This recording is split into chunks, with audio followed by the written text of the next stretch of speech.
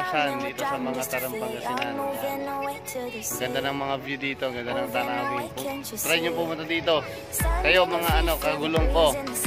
Kaya rin Pangasinan Sector 1. Punta kayo dito, hindi kayo magsisisi sa place dito. Ang ganda, promise.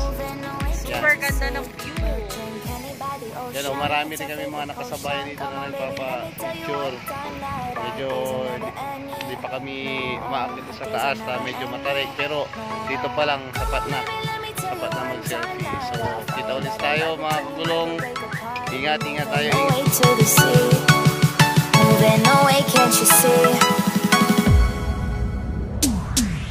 There won't be one more time, so we gonna do this tonight. There won't be one more time, so we gonna do this tonight. There won't be one more time, so we gonna do this tonight. There won't be one more time, so we gonna do this tonight.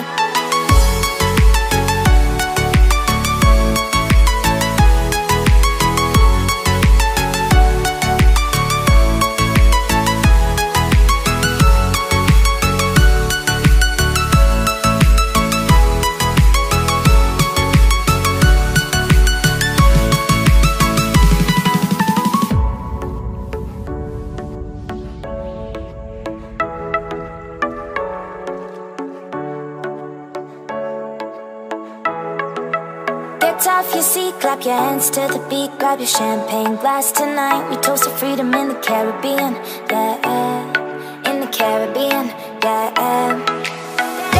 Dance, smoke, fire it up, let our lanterns paint the night sky red. Paint the night sky red, yeah. We'll drink honey by the ocean. Dito na naman po tayo sa mga Daang Kalikasan adventure namin ng aking girlfriend. Yan. So ngayon nandito na kami ngayon sa medyo tuktok na ito. Yan, medyo tuktok na po ito ng Daang Kalikasan.